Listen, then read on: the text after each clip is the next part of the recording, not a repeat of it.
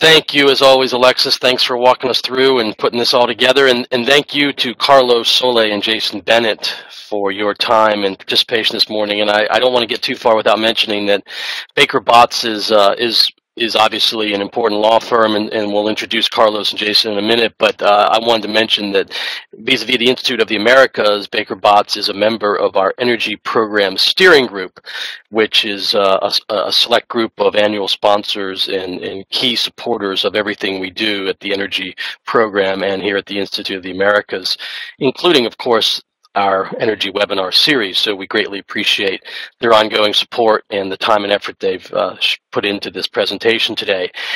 My presentation, or my opening to the presentation, I should say, is basically two sentences. And just over a year ago, in fact, 1 year ago this past Tuesday, Mexico enacted the secondary laws and signed into effect the secondary laws of the historic energy reform put in motion the preceding December by the President Enrique Peña Nieto. So we're almost exactly at the 1 year mark of the secondary law enactment in Mexico of the energy reform, and tomorrow marks approximately 1 month from the first tender, the first auction under the historic round one that was held in Mexico City.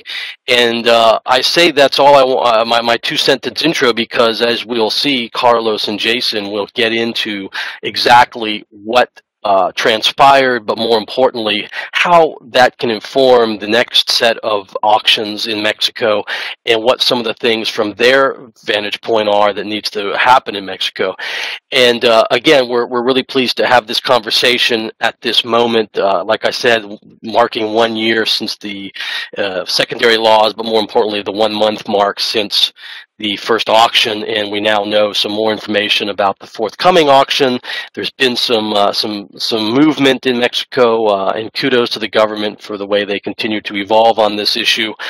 Let me turn it over now, in fact, to Carlos Sole and Jason Bennett. And as I mentioned, they work at the international law firm of Baker Botts. They are in the Houston office. Carlos co-chairs the firm's Latin America practice, and Jason is the vice chair of its global projects department. So we're going to draw from their set of expertise, both in terms of Latin America, but also in terms of project development, and get some input on, as the question says here, Mexico's round one, what's next? So we appreciate your participation on the webinar, our webinar series, and hopefully we'll see you in person at some of our upcoming events. But without any further ado, I'm going to turn it over to Carlos and Jason to take us through their presentation, and we look forward to this discussion. Thank you so much. Thank you, Jeremy, and thank you, Alexis, and thank you to the Institute of the Americas for giving us this opportunity today, and thank you all for listening in, and we look forward to fielding your questions at the end of our brief presentation here. So as Jeremy alluded to, our agenda today is to talk about the current state of affairs with respect to Mexico's round one. And we believe it's important to understand today's context, to look back to last August, to appreciate the environment, as well as reviewing the most recent tender that occurred in July regarding the shallow water exploration blocks, the implications of what that process means for the current tenders, as well as the ones that have yet to be announced. So we'll look ahead to the shallow water production round, which is scheduled for late September. Mexican officials have already indicated some of the lessons learned that they've had from that experience, and we'll try to identify what to watch for in the future with respect to the deep water tender that is the big prize that most of the industry is awaiting. So as Jeremy said, what a difference a year makes. August 13, 2014, when the laws were enacted, as well as the round zero was conducted, the overriding commercial fact was the price of oil was approximately $100, $105 per barrel. And there was significant enthusiasm about Mexico's enactment of its energy reforms. Pemex's Round Zero had been implemented, and there was the prospect that the existing integrated services contracts would be soon transferred over into the newer contract forms that the government would be using. And there would be farm-in opportunities, joint venture opportunities for international IOCs, for the majors, for mid-majors, to joint venture with Pemex. And there were very aggressive prospects for multiple auction processes: shallow water, heavy oil, onshore, Chicontepec and unconventionals and deep waters. There were very aggressive timelines and expansive blocks in both exploration as well as production in all of those various areas with high expectations about the levels of foreign investment that would be attracted and the economic effect that it would have for Mexico. And he thought it would be comparable to the effect that NAFTA had shortly after it had been enacted in the mid-90s. So where are we today, a year later? Well, obviously, you have the overriding issue of the fact that the price of oil has dropped to the $50 range. We had a bid round, the first bid round that was concluded in mid-July, where only 2 out of the 14 blocks were awarded. And you only have 2 ongoing bid processes right now. You have one for shallow water production blocks, and you have another for onshore conventional blocks. And we have an uncertain status about what's going to happen with the deep water, what's going to happen with the unconventionals, what's going to happen with heavy oil, what's going to happen with the Pemex farming opportunities, and what's going to happen with migration of Pemex's existing service contracts. So with that, I'll turn it over to Jason, and he can expand a bit about what went wrong, so to speak, with the shallow water exploration round. Thank you, Carlos.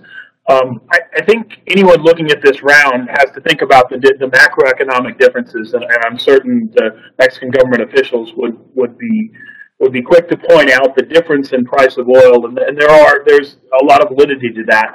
But I think there was some underestimation of the scarcity of capital and how that really played out in a low oil environment.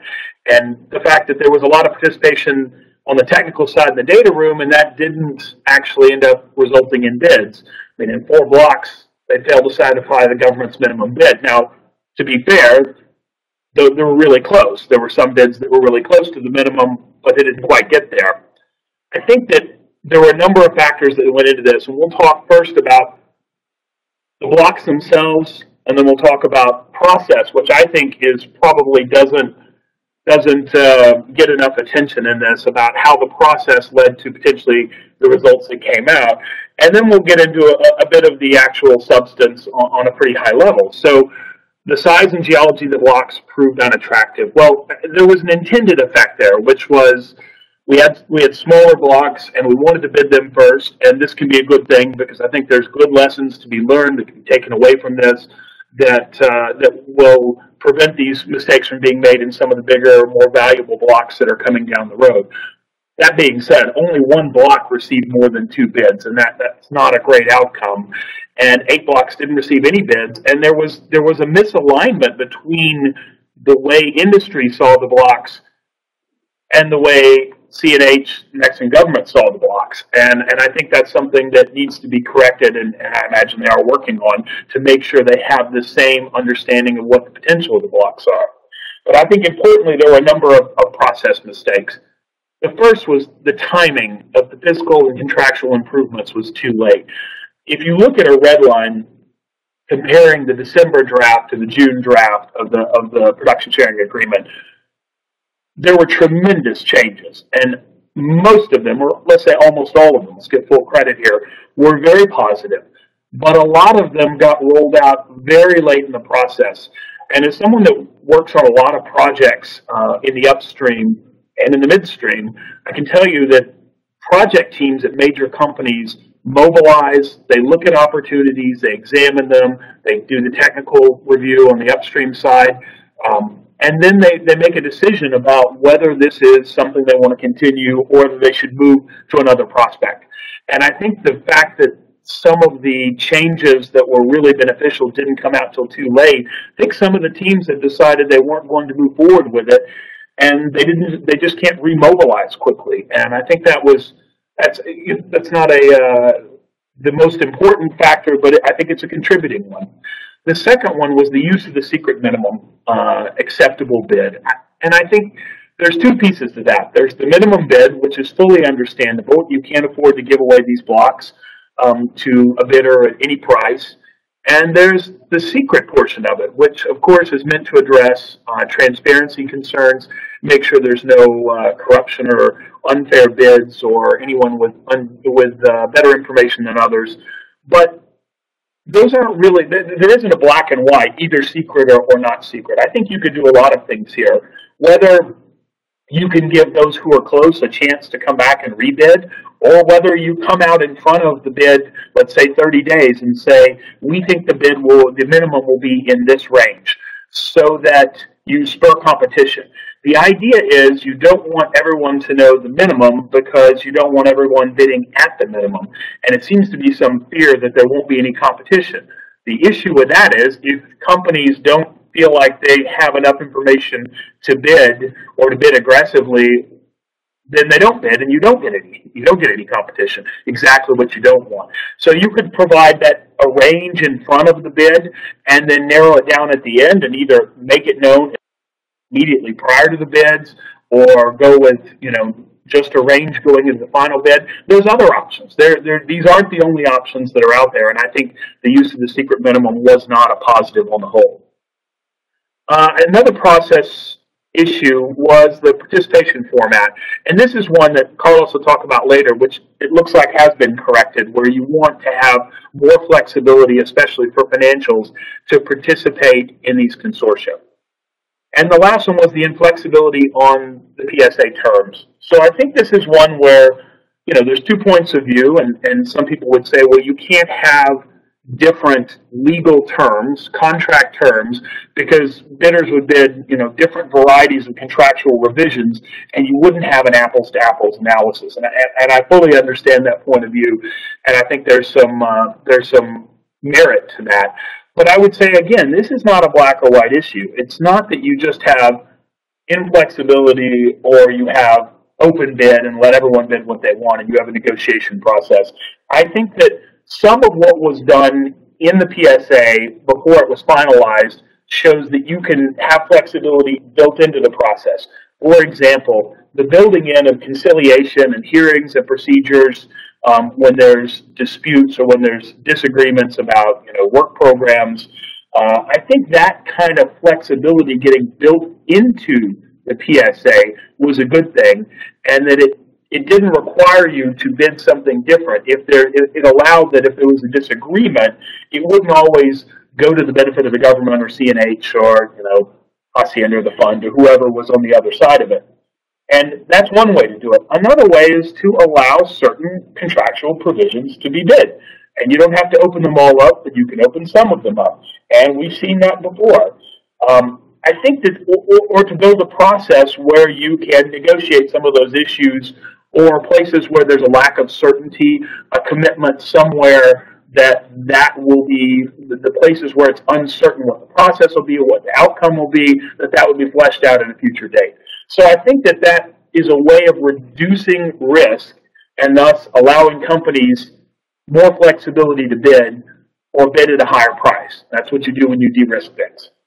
So I think outside of the process, I think the bid weighting, I guess this was part of the process, the bid process itself, the bid weighting discounted the value of the guaranteed investment in early drilling. And this was the difference between the winners of the block and Statoil. I think there was Statoil put a much higher minimum work program down, and there's a lot of value to that. And I think 10% is not the right value to that. And I think that was when you have early drilling and you have big commitments early on, you get not only the possibility of much earlier return on investment, but you also get data and information, and it serves a lot of valuable benefits. So maybe that could be reconsidered as part of the next, certainly the next exploration round. So I think the rest of what I'm going to say deals with what I think were, despite all the improvements, some unbalanced terms in the agreement. Some of them were a bit more onerous compared to international standards, and some of them were just unbalanced within the agreement, taking it on its own pace. I think there's a few flavors of this. There were a number of provisions with unrestricted liabilities for contractor and indemnities to CNH and various other governmental authorities. And that was not only in the environmental section and pre-existing damages, but it was things like Section 25, some broad indemnities, the termination damages, and other things where I think anytime you set up a broad buckets of liability when you're in exploration and the basic commitment is just to perform the exploration, the minimum work program, and then take it from there, it creates a lot of uncertainty as to beyond the minimum work program and the cash commitment, where could this go? And I would note here that a number of places the PSA made clear that whatever is in the PSA is in addition to anything that might be existing at law. Whereas in a lot of international PSAs or concession arrangements or host government granting instruments of various types, they specifically say this is the regime that will apply to you operating under a PSA, and this is all you have to worry about. So again, it's a way of just limiting the universe of considered risks, and thus companies feel like they're not open to unbucketed liability at later times. The next is there was a broad and somewhat discretionary use of termination rights. And I think this was a lot of criticism or a lot of comments, I would say, leading up to the bid were about termination rights and the rescission provisions. Obviously, there's things going on at law there that you can't change, and we understand that. But I thought there were some good improvements in the advance notice, the 30-day advance notice, that there would be, say, an administrative rescission and a period to discuss. But even then, the period was a period between 30 days and 2 years. Well, 30 days is too short and 2 years is too long to have this hanging over you. So even under those circumstances, I think we didn't strike the right balance. And I think it's and when you look past administrative rescission at law, and you look at some of the really technical termination provisions in 23.4, these are not typical. This was, again, I think overly broad. You can protect the government's interest without having these kinds of hair trigger termination rights. And because there was no backstop that in this agreement, as there is in many other PSAs in other jurisdictions, where it says we're going to have something to guarantee that terms won't change, the law won't change, economic conditions won't change. Where you're having, and if there's expropriation, there's specific rights that the contractors will have. This didn't have anything like that, and so there was a feeling that, well, could these provisions, if there was an intent to take a block away, could be used on a hair trigger basis, and I think there's some real concerns there. The next was the complex and I think overly restrictive recoverable cost requirement, and the procedures and the definition of recoverable costs. Now, there was a lot of work done on this. There were improvements made in March and in June, but there is still, to my mind, lingering uncertainty as to how many governmental authorities will have discretion to disallow recoverable costs and how that discretion might be exercised. So one example, you have a minimum work program, or you have let's just say a development plan that's approved that has certain costs, and your annual budget is approved by CNH, and then you go through the year, and then those results are submitted and they're reviewed by the fund. And this is buried back in Annex 3 and Section 3.6. There's actually still discretion for the fund to just reject them. Maybe that wasn't the intent, but it continues to exist. And it's these sorts of things that I think were not good for the round and should be fixed in the future. So I think, in addition to the foregoing, there were just general high levels of discretion that CNH and other governmental authorities had. And I think there was a lot of changes made around industry best practices to try to correct that. That was a major concern and a comment to the original draft. While it was better, it wasn't perfect. But in Section 14.1 and 14.2, there were just buckets of obligations where CNH and other governmental authorities would have discretion. And while the process was better, I would say it's still, to my mind, not on par with the competitive PSAs and other host government granting instruments that are out there, or even terms in U.S. deep water. And I think you combine that with a very highly bureaucratic approach.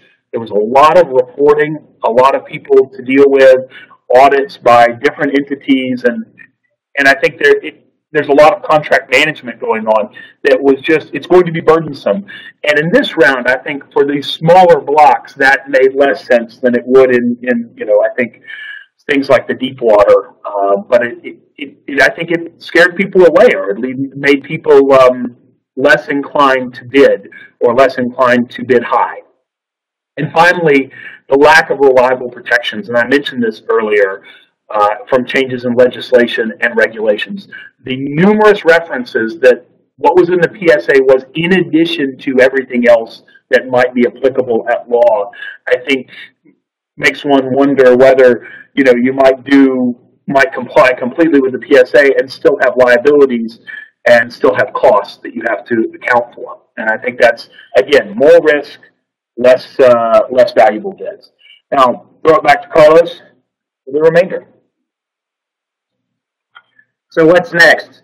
Well, we presently know that we have an existing production block auction round and one for onshore conventional blocks. The shallow water production blocks round is the first one scheduled, where bids will be submitted and opened at the end of September 30th. More recently, at the start of this month, officials announced a revised set of bid rules and a revised contract form, where there were some meaningful changes incorporated into both sets of documents, and officials emphasized how they had learned from their prior shallow water exploration block experience and tried to incorporate those types of changes. There will still be another set of bid rules and another final form of contract at the end of this month, August 25th, and so it very well could be that some additional revisions, improvements will get implemented. With respect to the conventional blocks, those are much further out. It's a different form of contract. The final bid rules and final form of contract will be published November 15th. Bids will be submitted and opened on December 15th, but having that gap between the conclusion of the shallow water production blocks round at the end of September and then the final bids for the conventional blocks will give Mexican government officials more time to also digest whatever lessons learned they obtain from the current tender process involving the production blocks. So what were some of these lessons learned that have already been applied? In the bid rules, for example, there are two specific instances that were an outgrowth of experiences in the shallow water exploration round. The first was there are now specified procedures around which consortium bidders can replace their operator entity in the event that operator entity elects not to participate in that consortium. That was something that manifested itself in the first bid round. It obviously sorted itself through, but the rules weren't very precise and clear at the time, so those rules have now been integrated. Likewise, too, the shallow water exploration rules were very tight with respect to the prohibition on parties participating in multiple bid processes and did not address the factual circumstance of what do you do for true financial investors such as private equity funds who may have investments in multiple ventures. And so there is specific wording now that allows PE funds to participate through investments in multiple entities who may end up bidding. The August 4 contract form itself also has some marginal improvements. There was significant criticism about the form of corporate guarantee that had to be provided in the shallow water exploration round. Specific wording has now been added to state that the corporate guarantee can only be drawn upon after the performance bonds have been exhausted and after the insurance proceeds have been collected. In other words, the corporate guarantee is truly intended to be a credit support instrument that's only drawn upon after all other available sources of credit are exhausted. Likewise, there's a minimum insurance requirement that is now specified. It's $1 billion, but at least it removes the ambiguity as to what was a satisfactory insurance level. And lastly, there's a process within the contract that allows the contractor to request CNH the ability to pursue new exploration rights within its existing contract area. Bearing in mind this is a contract for producing fields, so this is a logical development to allow for some type of mechanism for this to occur.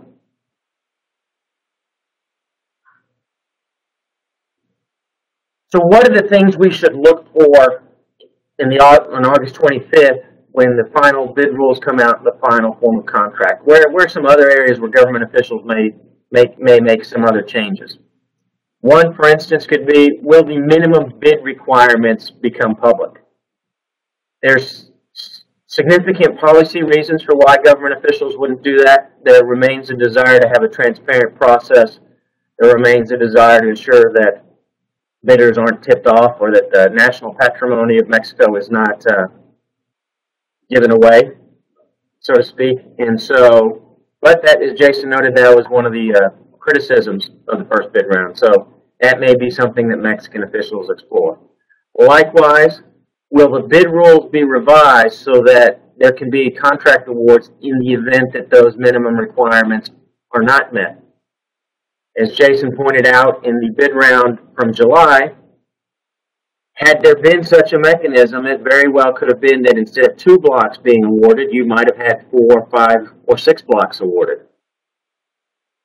And then likewise, 2 other questions, and I'll let Jason expand on some of the implications of these 2 points, are, can we expect significant changes to the final form of contract as occurred at the end of May with the shallow water exploration round?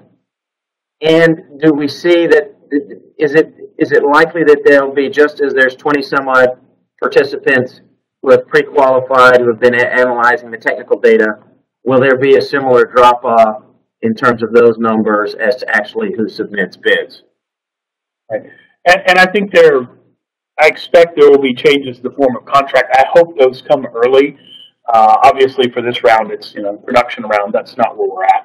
But especially for the deep water, I think that's one that a lot of companies have their eye on, or at least that's the feeling I'm getting from the market, and that we'll need to take into account that they're deep water blocks and not shallow water blocks. And so hoping to see a number of these issues addressed, and hoping that if you get the process right and we get the form right in a way that industry feels it's competitive with other opportunities elsewhere and reflective of the market environment, then I think there's a very good chance for a lot higher participation, and we hope it happens that way.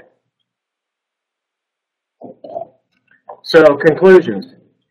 I think it's important to note, and one should not lose sight of the fact that Mexico's round 1 is still in its early stages. We've only had 1 bid round.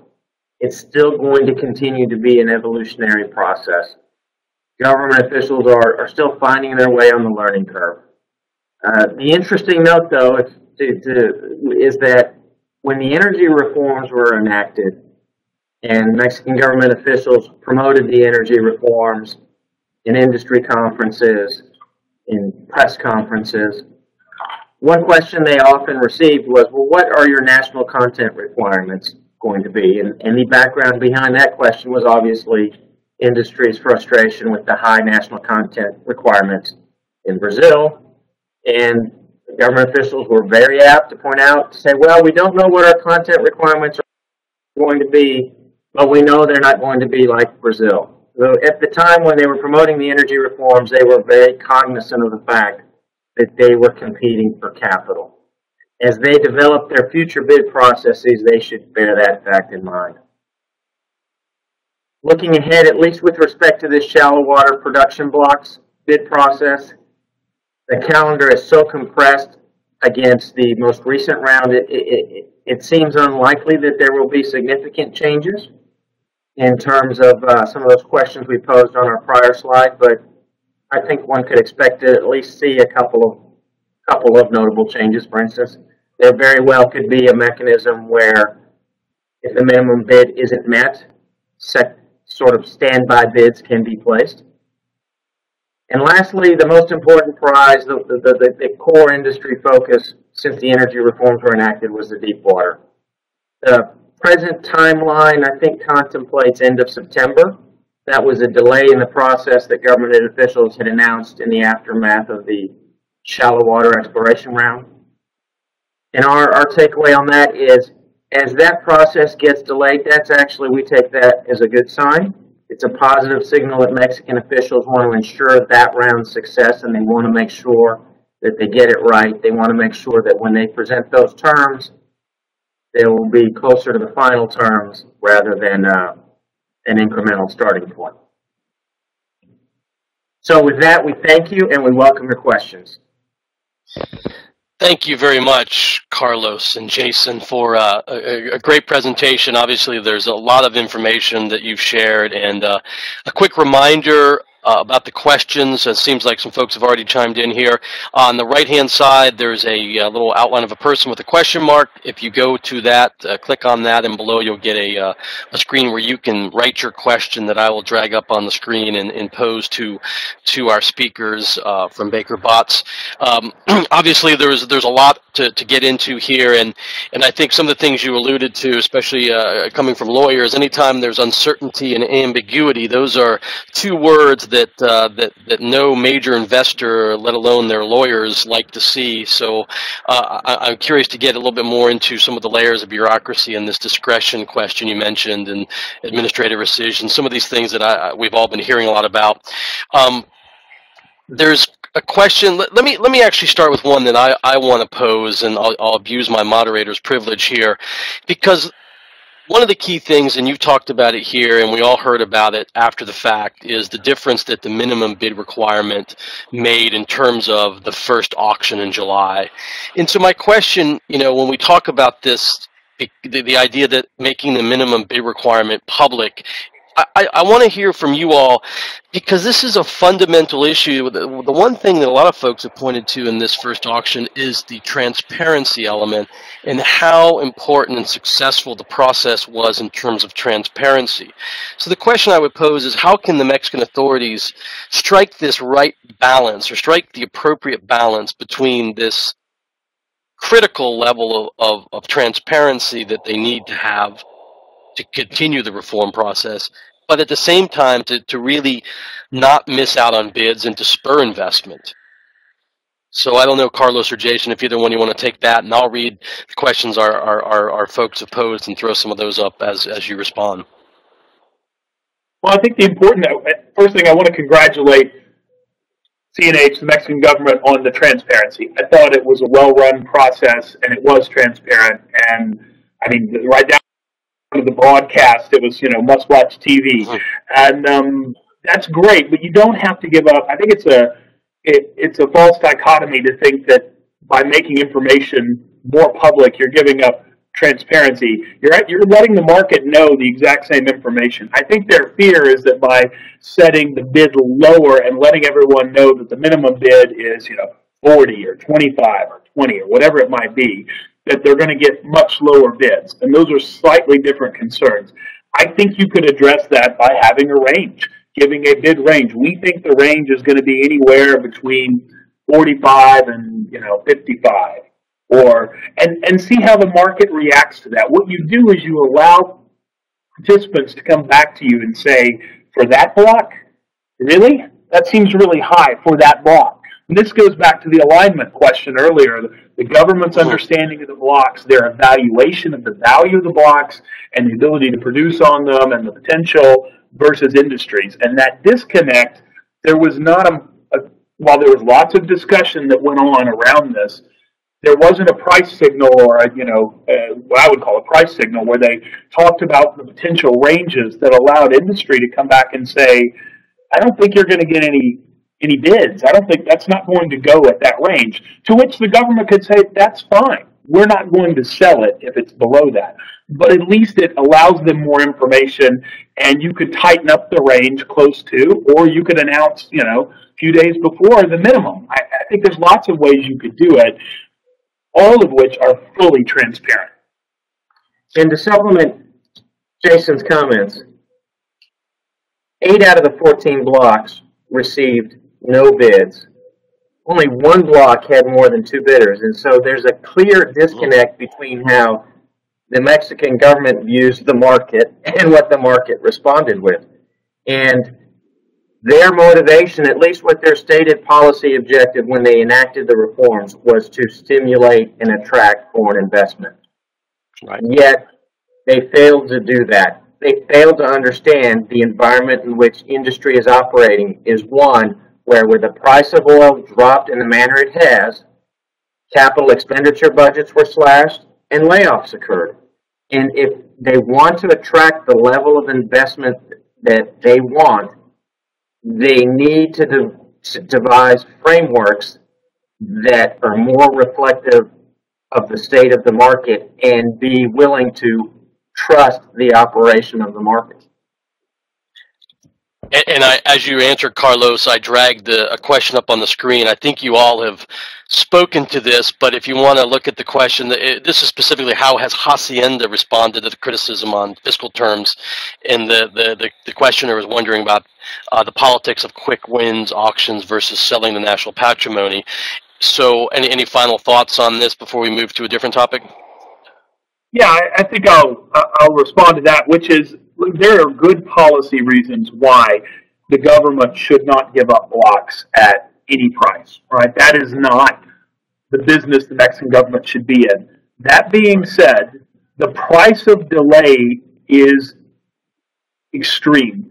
If you don't get those blocks into exploration as quickly as possible and focus on trying to get early investment, that pushes out the time horizon when those blocks will ever be developed. Or it could be that everyone who's interested in the next 10 years and making significant investments in Mexico gets involved in other blocks, and those blocks don't come up for a significantly long time in the future. So the price of delay doesn't probably take into account, or the price of not taking action needs to take into account the cost of delay, the time value of money, and the potential that those investments will be, the potential for them is lost forever. So, that's a policy decision, and Mexico has to make that call. But I think there has to be some consideration that, getting 20 today, rather than getting 25 today, getting 20 today would be much better than getting 30 10 years from now, right? I mean, those are two vastly different economic proposals. Absolutely. Carlos, did you have any thoughts before we move to something else? No, I mean, I think it's the Economist had to give the Economist a plug, they had a nice article shortly after the tender, which the gist of which is that they have to move beyond that mindset of that they're selling they have to accept the fact that they have resources. They need to attract investment. Their objective is to monetize those resources, and they need to come up with mechanisms that maximizes the value for them, recognizing, unfortunately, that they are in a buyer's market. And of course, not beyond it, not to chime in too much here, but the fact that they haven't done one of these auctions ever before, or at least not in 75 plus years. So the Economist was being the Economist for sure. Let's talk a little bit about there's some questions about deep water. Let me pull up a couple of these here and let's talk a little bit about the deep water. I mean, this is something that's on the table. Despite deep water, the most important, if you can define the blocks and surround with some of the unassigned blocks of better conditions, will heavy oil be more attractive to companies more than unconventional, including onshore natural gas?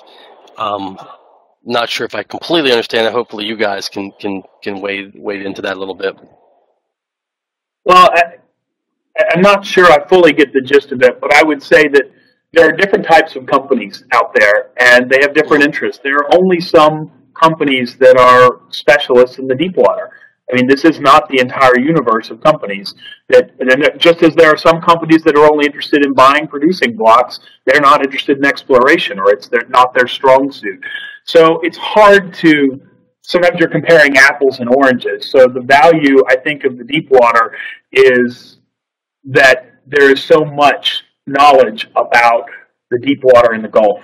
And I think there's a lot of companies that pride themselves on their technical excellence in this area, and their technology gives them specific advantages they believe to their competitors. And these are big projects, and there's not as many companies that can pull them off. So I don't think they're necessarily competing with each other in a lot of ways. The different variety of companies will look at different opportunities and will go after them. Some of the companies fit in more than one piece, but I don't think they're necessarily competitive, except to the extent that some companies have a limited investment profile that they're willing to allocate to Mexico. And once they get one piece that sort of fills out their profile, that may be the only piece they do for a while. So there may be some of them that are going entirely for the deep water, and that would be at the expense of bidding on some of these other things.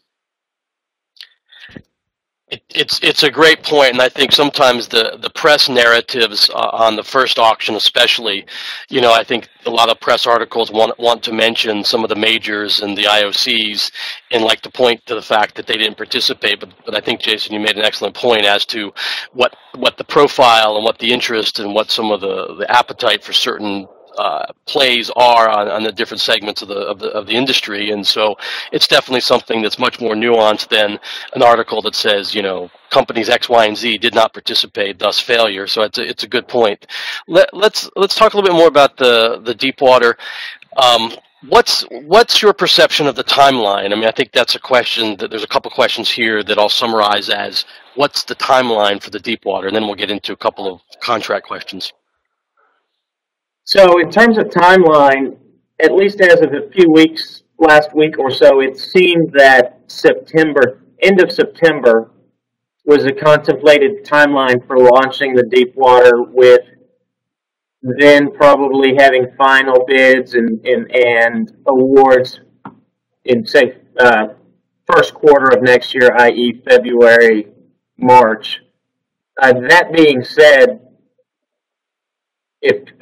we would view it as a positive if that September 30th were delayed a bit further. Certainly, it is to use a metaphor, it is a giant game of chicken, and if the Mexican government gets it, if market and industry don't react favorably to this current bid round, they would be better served at least waiting to see the results of what happens with this bid round before they launch the Deepwater one, so that they can better incorporate further lessons learned as needed. So delay equals positive news, I guess, huh, Carlos? I would say so. You get a delay, you get the market time to, obviously, investments of these nature are by definition long-term. Mm-hmm. That being said, as the price of oil recovers, albeit just psychologically by a month or so, it improves the mindset, and then likewise too gives them the opportunity to have back channel dialogues through industry associations to make sure that they have a contract form and they have fiscal terms that will yield them the level of participation and investment that they want.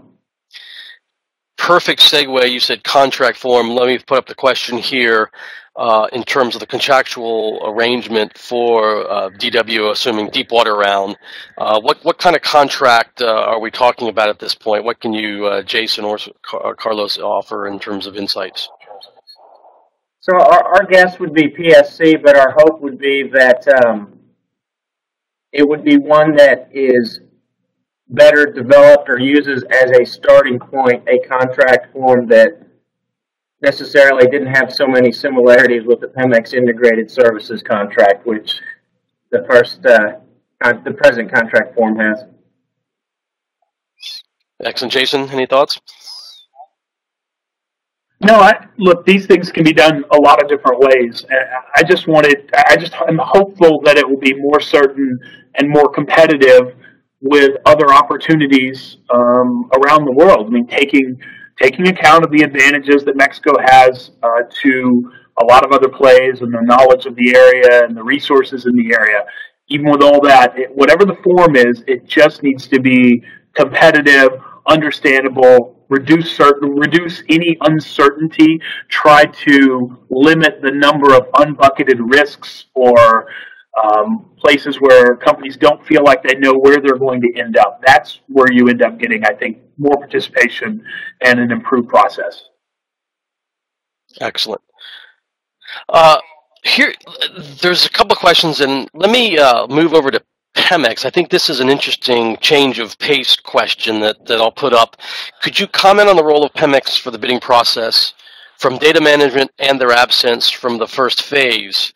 I think there's a lot of interesting implications here in this question. I appreciate your thoughts on both of you all. I mean, absence from the first phase, bear in mind that a year ago, they received their round zero allocations. So therefore, these were, they absorbed what they had and what they tactically and strategically wanted. And they're dealing in an environment where they're going through significant transformational change as an organization. They're dealing with a low price oil environment where I think it was the amounts of money they are losing is something they've never experienced before, and where they need technology and investment and expertise are in areas like unconventionals and deep water, and so it made sense for them not to participate and keep their powder dry, so to speak, and save that for the future rounds.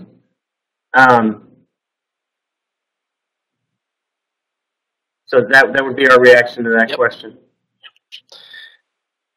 No, I think it's a very fair point. Jason, did you have anything you want to add to that?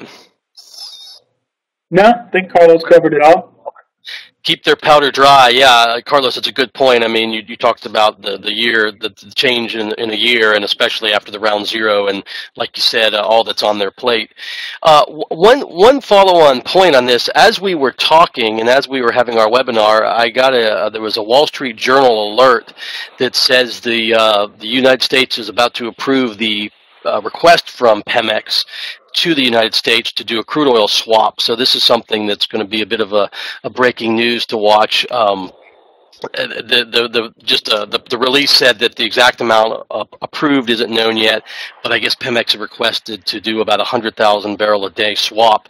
So that's an interesting aside to watch as we continue to talk about the energy reform, but also this sort of North America and this crude oil exchange and the idea of the U.S. and Mexico doing swaps. So just throw that out there as we're talking about Pemex. A final question that I'll pose here vis-a-vis Pemex, and you mentioned this, I think, Carlos, you were doing this part of the presentation, the farm outs, the joint venture opportunities that are part of round one. Anything you can say about that right now? It's not surprising that those have been delayed, given my earlier comment about how Pemex is in the midst of so much significant transformational change.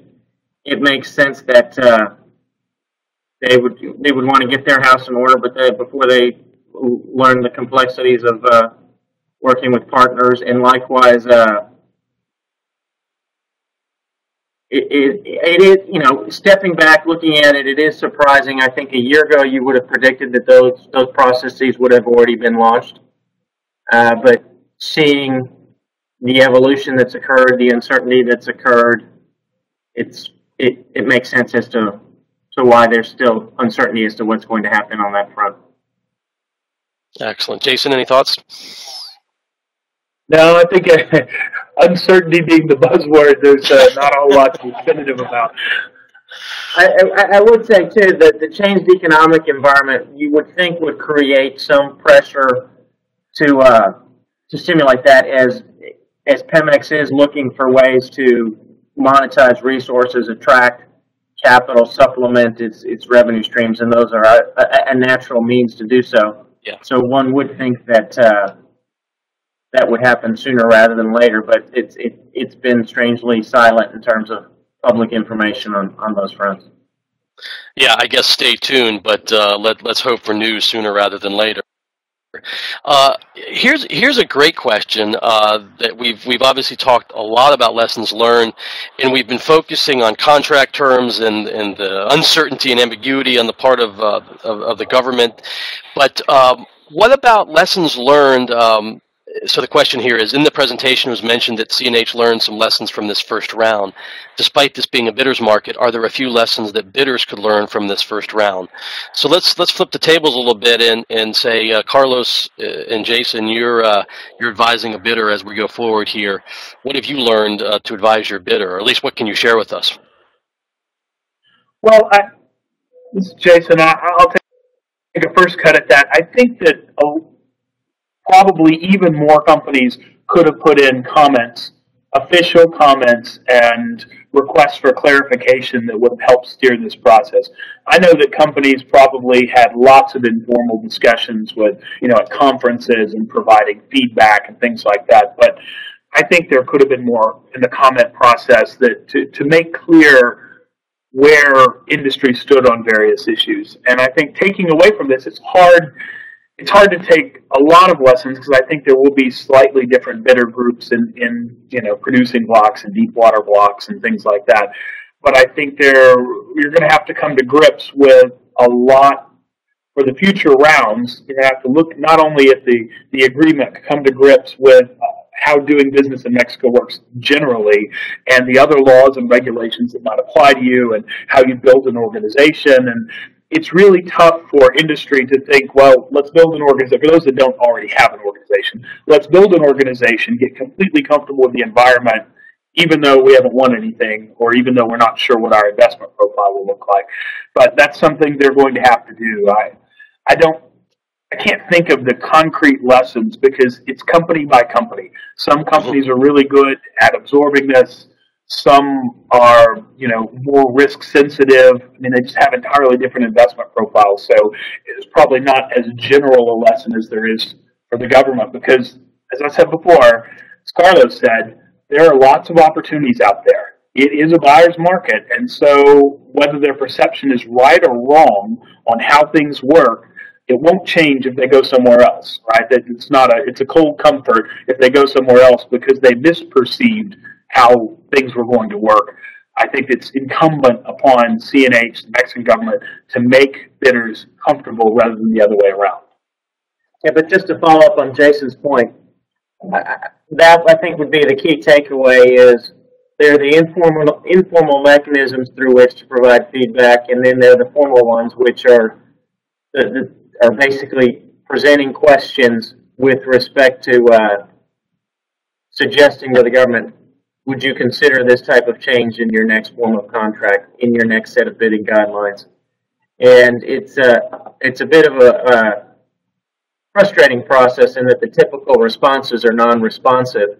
But as that public record gets developed and government officials see a variety of industry participants, see a variety of their bidders hitting upon the same themes, it gives them a better feel and flavor of, well, this is where the market actually is. Maybe we should respond more affirmatively and more aggressively to the market rather than not doing so. Perfect. No, I think this competition for capital and so, I mean, I think this is we all keep the buyer's market terminology. And I mean, I think the competition for capital is something that we hear, and this is not unique to Mexico. I mean, this is something that happens, when Brazil has a bid round, when Colombia drew a lot of positive attention for several years. And then the last couple of years, for a variety of reasons, things have been less than rosy. So, in Brazil, obviously. So I think, obviously, the competition for capital is not unique at all to the current bidding in Mexico, for sure. Yeah, that's right. Speaking of Brazil this past week announced garnering expressions of interest for an upcoming bid round that they'll have, which will be their first bid round since 2013. Yeah, and the one in 2013 was the first in several years. So you definitely have seen a series of efforts, and then I mean, without trying, because we're almost out of time, but there is on the global stage, the potential deal with Iran to change the dynamic of that major producer is obviously something I think that figures in as we go forward here. There's a sort of fun question that I think we better end with because we're almost out of time. And at this year's La Jolla conference, this past May here in California at the Institute's annual La Jolla Energy Conference, we had a panel about Mexico, and in fact, the competition for capital question was a key question. But somebody on the panel that will go unnamed referred to energy reform in Mexico as a soap opera and said it's the perfect Mexican soap opera. You had love, you had they were all in love, they fell out of love, there was perhaps somebody cheating, there was this, that. I mean, anyway, without belaboring the point, let me put up the question here that will be our fun ending. How close in terms of years is the end of the Mexican soap opera of the oil opening? This goes on to specify deep water, unconventional, onshore. But the point being, using that sort of interesting analogy of a soap opera, but maybe more specifically to your evolutionary point, Carlos, where are we in Mexico's energy reform? So I would say we're in its infancy, but to use the soap opera analogy, perhaps there was an accident in July with there being ambulances and people in the hospital, and the patients have been, the victims of the accident have been discharged, but they're still in recovery, and we're not quite sure what's going to happen here in September. And I think at least through the deep water, it will. There will be many twists and turns, and I think there will be greater clarity as to which direction it will go once that round is launched. But certainly. And then it will take a little longer period of time with respect to getting to the unconventionals, simply because the nature of the market, as well as the lack of infrastructure, scarcity of water, and existing gas supply that can come from the United States to offset any exploration activity. So I think we have at least 2 or 3 more seasons of this soap opera. The script writers won't do a job anytime soon. Okay. Jason? I'm not going to drift into the soap opera analogy, but I want to end on a hopeful thought, which was part of the design of this process was to offer these small, shallow water exploration blocks first. And hopefully part of that was to learn from it, because these aren't the most important assets that will be offered. And I think that was very wise. And so long as the right lessons are learned, and hopefully if the oil price comes up, we'll get a lot better results, and this will be a better and better story as it goes along. And I think that's where we're headed. It's always good to end on a positive note, and I'm a big history buff here, and so it's probably overused, but there is the famous Churchill quote, after a decisive battle, and it wasn't the end of the beginning, it was just the beginning of the end, right, or something to that nature. And I think it was El Alamein in the deserts of North Africa that, depending on how you want to look at it, turned the fortunes of the Allies. But the point here is that and I think infancy is a great word, Carlos, you used, and this is an evolutionary process. And I think we want to, like somebody said, kudos to the government to continue to try and evolve on this.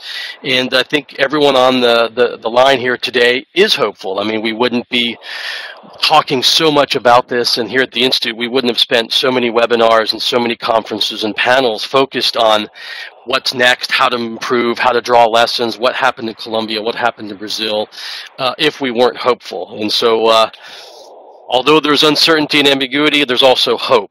So Carlos Sole and Jason Bennett, thank you so much. We really appreciate your time and insights today on our webinar. And thank you, everyone, for joining us online this morning, this afternoon, depending upon where you are. And, of course, we want to invite you to join us in person as well. In September, we'll have an energy roundtable in Panama. There's a huge growth in the economy in Panama that they're trying to make sure that the energy supply is balanced with the economic growth. And so there'll be some interesting conversations about the future of Panama's energy matrix. And also, of course, it's never too soon to think about the La Jolla Conference, especially when it comes to our 25th anniversary edition, and that'll be next May. 25th and 26th of 2016. So thank you so much. Stay tuned. There will be more to come on Mexico's energy reform, as well as several other topics for our energy webinar series. Thanks again, Baker Botts, Carlos Sole, Jason Bennett, and thanks, Alexis Arthur, for your efforts always. Thanks so much, everyone. We'll look forward to seeing you in person or here online again soon.